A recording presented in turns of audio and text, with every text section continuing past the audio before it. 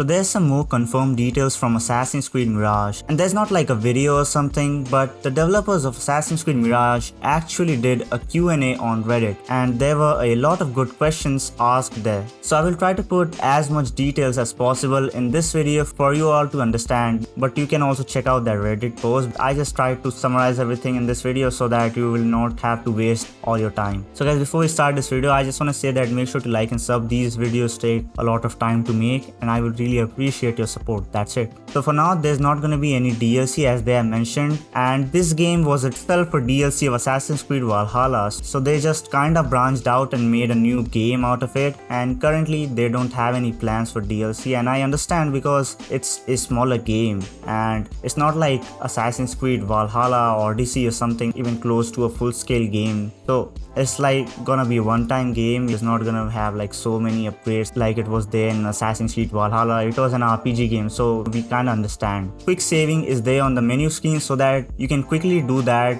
while you're in the mission, and they're also improving how that will work. Sadly, side ejects and back ejects are not gonna be there. They are saying that they are focusing more on fluidity and control, and I kinda agree a little bit that having side ejects and back ejects can cause problems in the control, because a lot of casual players actually don't have a clue how to use it properly. So they have to make the game so that everyone can play it without any problems in the control. For example, they randomly hit some button and they do back ejects accidentally or side ejects. They're gonna be furious like how this happened. And I know it sounds pretty silly, but you have to think from a casual player's perspective as well. Not everyone is gonna be pro. The assassin focus can only be used outside a conflict. Now, as you know, it was shown in the gameplay trailer that Basim was, on the top of the rope, and then he saw 3 enemies down and he used the ability. But suppose you're already in the combat or something, you cannot do that, otherwise it will be kind of broken. If it was like that, it's still broken in my opinion, the whole assassin focus ability, but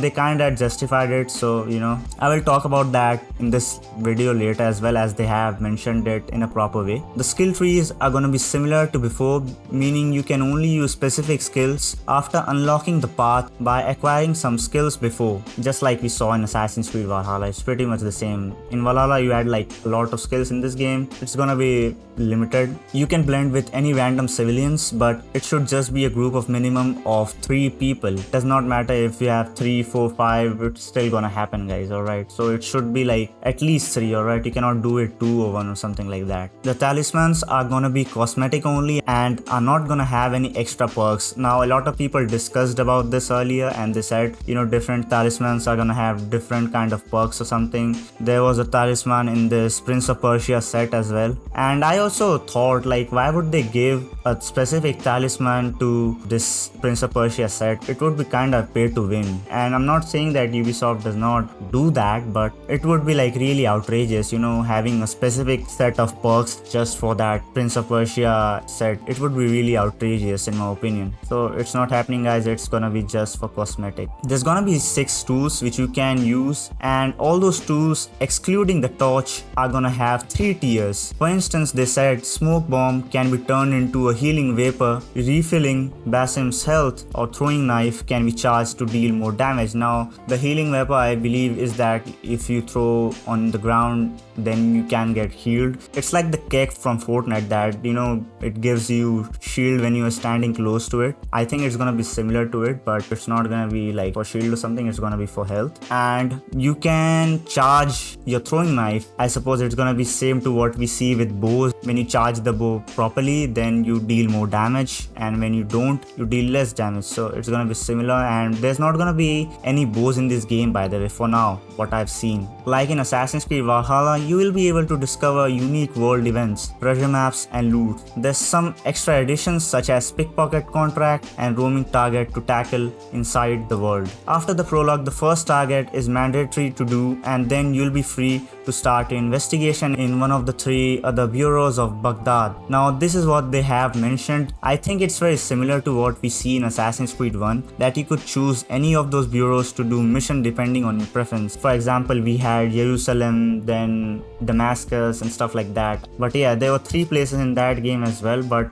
they were like completely different cities. In this game, it's gonna be in the same city but in different districts. Maybe we can unlock more bureaus as we progress in the story. Let's see. You might also think why Basim does not have the eagle in Assassin's Creed Valhalla, and they mentioned that you're gonna get the answer in Mirage. Maybe the eagle dies or something. I think, you know, like every other Assassin's Creed game, they're gonna throw some emotional stuff in there. I mean, it's really good and they do it really good in my opinion, just like they did in Black Flag with Blackbeard, Mary and stuff like that. It was pretty emotional, and I feel like it's gonna be the same with Mirage characters as well. Like we see Neha, if you guys know, she's gonna be the friend of Basim. I personally assume that she is gonna die or something because she's gonna be there from the beginning, and I just think it makes the most amount of sense. Or I think the other guy, I don't remember his name again, I guess his name is Ali or something, he's the leader of Zanj Rebellion. I think either he's gonna die or, you know, our best friend Nihal is gonna die. Let's just hope no one dies. But yeah, it's Assassin's Creed, guys, it's bound to happen. Photo mode is still gonna be there in Assassin's Creed Mirage, and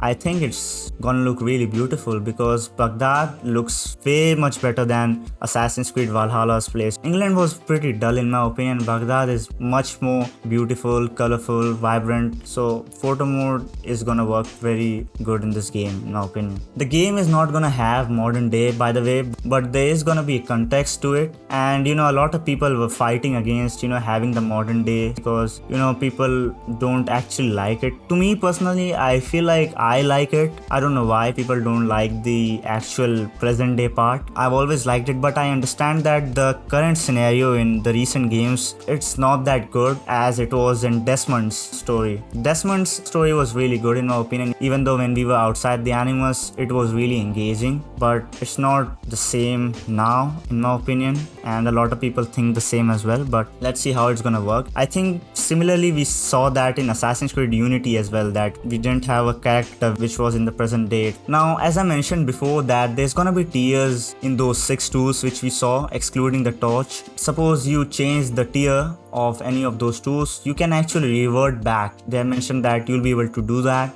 if you want to. The contracts are gonna be handcrafted and limited in number as well. I prefer quality over quantity anytime. They also mentioned that the length of the game is gonna be similar to older Assassin's Creed games, so probably like 15 to 20 hours, max 25 hours, but I still think that 25 hours is kinda stretching. You know, 25-30 hours is getting in that area where you have to have like a really good game, otherwise it's not gonna work that good. 15 to 20 hours is like the ideal time so that people don't get bored while playing the game, especially for Assassin's Creed games in my opinion. I believe in a narrative driven game more than, you know, stuff which is just way too long to enjoy. There's also gonna be issue elements in the game, but I don't think so there's gonna be a lot because as we know, there's not gonna be a present day in this game, so I don't know how they're gonna implement these issue elements in the game, but they have mentioned that there's gonna be, so we're gonna see it. Each district is gonna have Hidden Ones Bureau where you will report to the Rafiqs and collect assassin contracts, and it is again similar to what we see in Assassin's Creed 1. Now in Assassin's Creed 1 we were pretty much limited, we were just able to take like a main mission from them. Now you can do actually multiple missions from a single bureau. Now what I personally think is gonna happen is that in a single bureau there's gonna be multiple different contracts of a specific district. They have kind of like compartmentalized the game so that it's easier to understand for a lot of people. It seems like we cannot recruit assassins in this game because Basim himself is on the way to be a master assassin.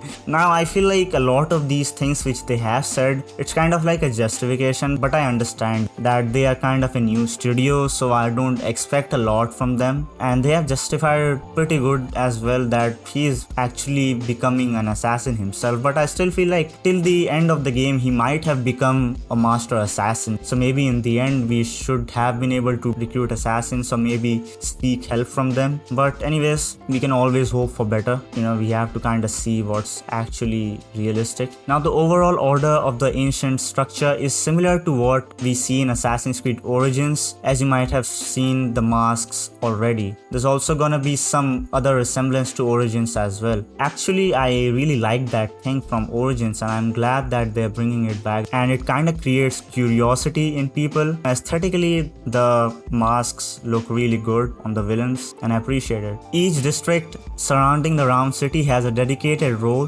One is mostly industry and worker houses, the other is dedicated to trading, and the last is about knowledge and science. You can expect very typical landmarks for each, as factories, Great Mosque, prison, Grand Bazaar, cellars, streets and markets, pharmacy, hospitals. In this game, it's known as Bimaristan, a zoo, and the Caliphal Palace at the very center of the city. Now, I personally think that people in all these regions are gonna have different lifestyles and what they wear, because different sects of people kind of behave differently. The worker is gonna wear specific clothes, act specifically, and a rich elite kind of guy is gonna act specifically. Everyone has their own personalities and how they appear, so I think it's gonna be there in this game. Maybe I'm just thinking too much. I do hope they worked on this thing, so that there's no homogeneity in this game. By the way, there is no option to remove your hood in this game. They justified it by saying that Basim is a predator that must remain hidden. He will remove his hood in the bureau just like we saw in the trailer. I think there's not gonna be any manual way to remove it. He's just gonna remove it when he's in the cutscenes talking with the other assassins. I think that's the only way he can do it. Other than that, I don't know. And I personally think that makes sense as well, because this game has notoriety system and you cannot afford to roam without having the hood on. I know all these things kind of look like justification, but I mean, if they have explained it properly, then I think there's nothing wrong in it. Now, coming back to the assassin focus ability, there were a lot of people who were backlashing on this thing, so here's what the developers replied. Basim is an incredibly agile and efficient assassin, and when using the assassin focus, he is so fast that the animus had a hard time keeping up with his movements. That's what we convey with the visual effect. From a game design point of view, the assassin focus is an incentive for players to use stealth, as you need to do the stealth kills to fill your gauge. It is also a way to reward the player with a possibility to eliminate in a blast the remaining targets of a specific location, but using it is completely optional, and it will be your choice to invest or not skill points in the ability to upgrade it. When triggering it, you will also have to be very careful about where Basim will end after the last kill, or you could be easily detected. Now, I know a lot of people might be thinking, oh my god, what kind of excuse is this? And I also think, this is a stretch, this is a little bit of stretch. I feel a lot of people are disagreeing with this thing. I feel like they could have just made him walk faster in between rather than just him teleporting. Kind of feels unnatural as well. Small thing, just a small part of the game, that's it, just avoid it. Just unseat, guys. Alright. Someone also questioned that why did they choose Basim for this game, and this is their reply. Basim's origin story was basically a blank page, so we saw this as a great opportunity to explore his complex personality. He is the kind of character I love working on. How did he become the character from Valhalla? What happened to him? And as the team really wanted to explore Baghdad's history, Basim made even more sense. Now, I feel like Basim is a cool character. He was good in Valhalla as well. He was not like anything bad or something, I just felt like the mythological part, the Loki and stuff, the Odin stuff, I felt like it was kind of a stretch in my opinion. It was too mythological for my liking. Now, a lot of people are gonna say, then why did you like Assassin's Creed 2, Brotherhood, Revelation, stuff like that, even though there were like ISO elements in it. But in the game itself, the ISO elements did not play like a big part. Meanwhile, in Valhalla, it was like a big part. You played literally as Odin and his companions. I don't know if I would put that in the same category in my opinion. It was completely different, and it was not a part of the game.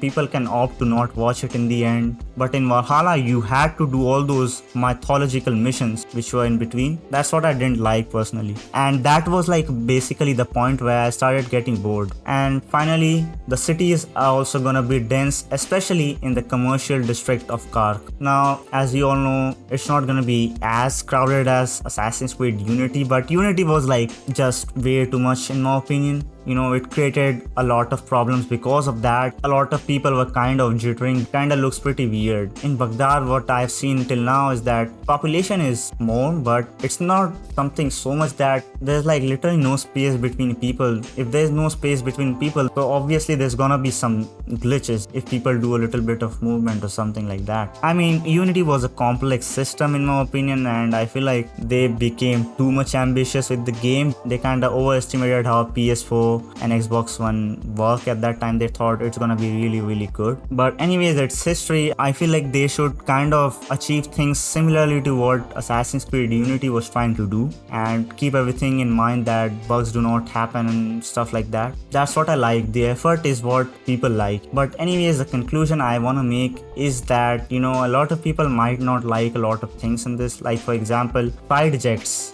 back jets and stuff like that, which were there in previous Assassin's Creed games and they removed it. I just want to say that it's kind of like a perspective as well, that they kind of focused on the control of the player rather than doing the flashy moves and stuff like that. And I personally like those flashy moves myself, and I did that as well. But you have to kind of understand from company's perspective that they want as many people to play the game without having any problem. They also mentioned in one of their videos that the parkour is easy to learn. That's a very big thing, otherwise the newcomers are not gonna enjoy the game if it's too complex. And also another thing is that the team which is working on Assassin's Creed Mirage, the Ubisoft Bordeaux team, it's kind of new. The studio was founded in 2017. I think there's like 300 employees in it. From the videos they are posting on YouTube, it looks like they're really passionate, and I really hope they do really good with this game so that they get kind of motivated and Ubisoft actually upgrades the studio, and it's gonna be good for everyone, for the studio as well as people in general, so that they will put more efforts in their next games. It does not matter if Assassin's Creed or any other Ubisoft game. So anyways, that's it for this video. Make sure to like and sub, comment down below if you have any thoughts and if you want to share what you think about this, and I'll see you guys in the next one.